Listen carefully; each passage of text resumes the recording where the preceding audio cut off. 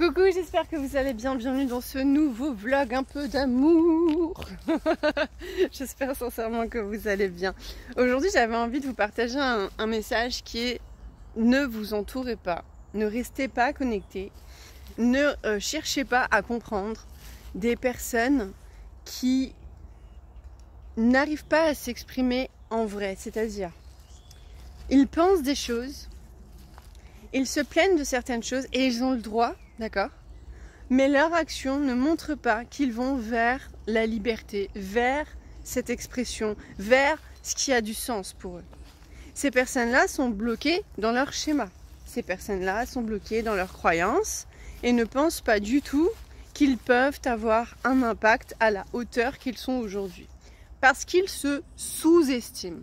On parle de ne pas être en mode automatique, on parle d'être pleinement concentré sur soi et de pouvoir ancrer ce qui porte du sens et ce que vous avez envie de porter sensoriellement, émotionnellement, physiquement, visuellement dans votre vie.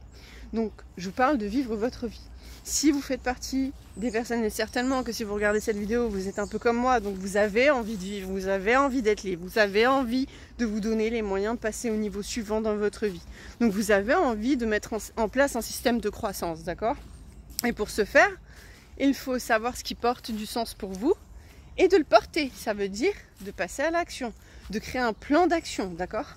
Donc maintenant que vous savez ça et que vous savez ce que vous devez faire, pourquoi en fait ces personnes-là sont toujours dans notre entourage, sont toujours là et ont de l'influence quelque part envers nous? C'est parce qu'en fait on a de l'empathie, on a de la compassion, on porte un amour inconditionnel. Et quand je parle d'amour inconditionnel, ça veut dire qu'il ne faut pas avoir d'attente envers ces personnes, il ne faut pas remettre sa foi et sa confiance envers ces personnes, il faut encore moins se faire conseiller par ces personnes, parce qu'elles vont vous dire tout ce que vous ne voulez pas entendre, tout ce que vous ne voulez pas croire, tout ce que vous ne voulez pas vivre. Qui fait que énergétiquement ça va vous épuiser, ça va vous saouler, ça va vous énerver. Et c'est bien de comprendre pour voir ce que ça vous apporte, ce que ça vous fait ruminer dans votre tête. Mais si c'est pas la vision que vous voulez, c'est pas la bonne personne sur qui il faut compter pour aller au niveau suivant dans votre vie. Donc, qu'est-ce que ça fait? Quel est l'impact si vous vous laissez plomber par ça au final? Vous êtes lourd, donc vous vous réancrez, ça vous sape le moral, ça vous sape vos émotions et du coup, ça va vous bloquer dans votre créativité, votre passage à l'action, le fait d'ancrer des choses qui justement portent sens pour vous. Donc ne pas vous laisser plomber par ces énergies-là, ne pas vous identifier à ça et encore moins vous comparer à ces personnes-là. Juste voir et observer sur un plan vraiment extérieur ce que ça vous apporte, ce que ça vous apprend, mais détachez en fait, lâchez, ne vous accrochez surtout pas à ça, c'est hyper important, parce qu'une fois que vous êtes accroché à ça, pour vous en détacher, pour vous en libérer, pour remonter, pour passer à l'action, pour vous remotiver, ça vous demande encore plus d'efforts. Et ça, le mental, il aime pas trop ça. Donc, restez dans votre énergie, entretenez votre énergie, soyez vraiment centré et concentré sur votre capacité à manifester. Et une fois que vous êtes bien confortable, une fois que vous avez atteint vos objectifs, là vous êtes dans la capacité d'aider et d'apporter à d'autres personnes. Donc là, ces personnes-là, elles viendront d'elles-mêmes. Parce que pareil, il faut accepter que les gens ne soient pas forcément prêts à se remettre en question et ça va vous faire perdre un temps fou et une énergie considérable si vous parlez au mauvais public et donc aux mauvaises personnes.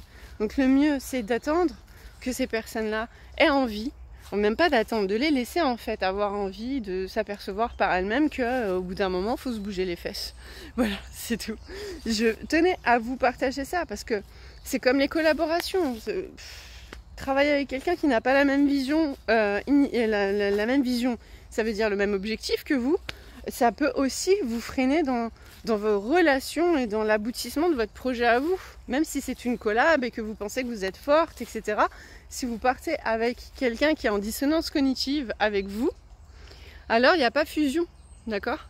Il y aura toujours une personne plus créative que l'autre, une personne plus organisée que l'autre, et c'est ce qui fait que ça va vous permettre d'avancer.